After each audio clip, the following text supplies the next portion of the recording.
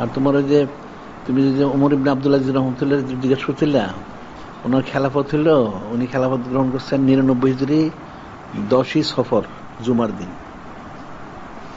আর ওনার basal শরীফ হইল 101 হিজরিতে 25শে রজবুল হারাম শরীফ আরবিয়া। প্রায় আড়াই বছর, প্রায় 15 দিন কম। যেহেতু উনি তো খোলাফায়ে রাশিদিনের মধ্যে অনুসরণ করছেন, সেই হিসেবে ঠিকই তো আছে। যেহেতু ওনার ইনসাফটা ছিল, আর উনি পুরোপুরি বিশেষ করে ফারুক আজম ওনাকে উনি পুরো অনুসরণ করছেন।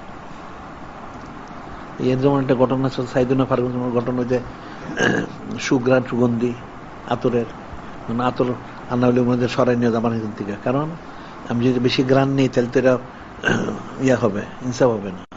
ঠিক ওনারও এরকম একটা ঘটনা আছে। উনি পুরোপুরি খোলাফায়ে রাশিদিন, বিশেষ করে সাইদুনা ফারুক আজম অনেক অনুসরণ করছে।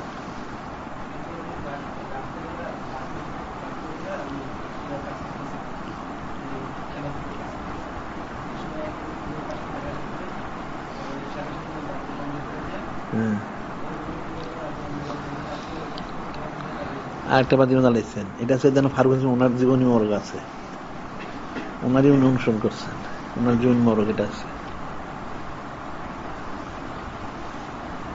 এখন খেলাফত তো কোরআন শরীফ সুন্নাহ শরীফ মোতাবেক হইব, তাতে একই তো জিনিস, পার্থক্য তো নাই। এখন মানুষ খেলাফত বুঝে না। এখনকার মানুষ সমস্যা হলো খেলাফতটা সবাই পছন্দ করবে, কিন্তু পছন্দ করবে তার যদি নফসটা তার জিন্দা আছে। তাইলে তো খেলাফত হইলে তাকে পর্দা করতে হবে, ছবি তোলা বন্ধ করতে হবে, গান বাজনা বন্ধ করতে হবে, ছবি বন্ধ করতে, যত হারাম কাজ সব বন্ধ করে দিতে হবে। এই তার নফস তো সেটা চায় না, তখন তার বিরুদ্ধে শুরু করে। খেলাধুলা বন্ধ করতে হবে। ইসলামী শরীরে খুশি প্রকাশ করা যে কত কিছু আছে, গেলে তারা জানে না। এটা মনে করে এই সমস্ত হারাম কাজ করলে বোধহয় খুশি প্রকাশ করা, নাউজুবিল্লাহ।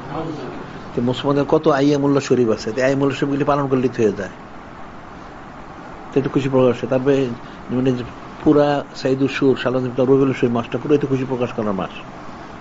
এই সারা বছরই তো করতে পারে। খুশি প্রকাশ করার কিছু পায় না, নাউজুবিল্লাহ।